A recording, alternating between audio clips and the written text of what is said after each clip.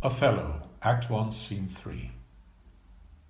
Most potent, grave, and reverend signiors, my very noble and approved good masters, that I have ta'en away this old man's daughter, it is most true. True, I have married her.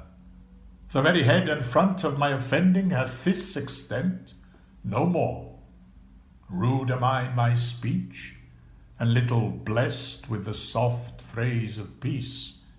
For since these arms of mine had 7 years' pith, till now some 9 moons wasted, they have used their dearest action in the tented field, and little of this great world can I speak more than pertains to feats of broil and battle, and therefore little shall I grace my cause in speaking for myself.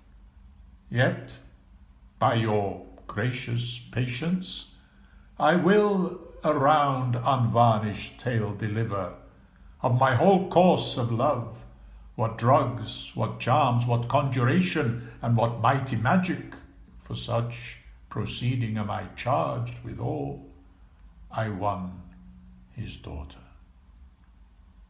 Her father loved me, oft invited me, still questioned me the story of my life from year to year, the battles, sieges, fortunes that I have passed.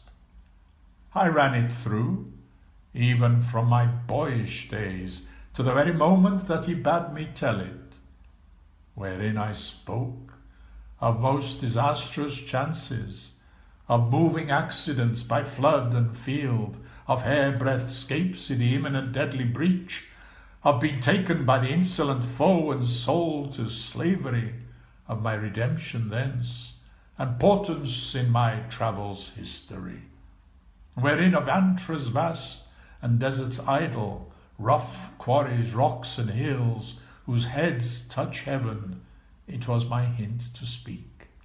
Such was the process. And of the cannibals that each other eat, the anthropophagi and men whose heads do grow beneath their shoulders. This to hear would Desdemona seriously incline, but still the house affairs would draw her thence. Whichever as she could with haste dispatch, she'd come again, and with a greedy ear devour up my discourse, which I, observing, took once a pliant hour, and found good means to draw from her a prayer of earnest heart that I would all my pilgrimage dilate, whereof by parcels she had something heard, but not intentively. I did consent, and often did beguile her of her tears, when I did speak of some distressful stroke that my youth suffered. My story being done, she gave me for my pains a world of sighs. She swore in faith 'twas strange, 'twas passing strange, 'twas pitiful, 'twas wondrous pitiful. She wished she had not heard it, yet she wished that heaven had made her such a man. She thanked me and bade me, if I had a friend that loved her, I should but teach him how to tell my story, and that would woo her. Upon this hint I spake.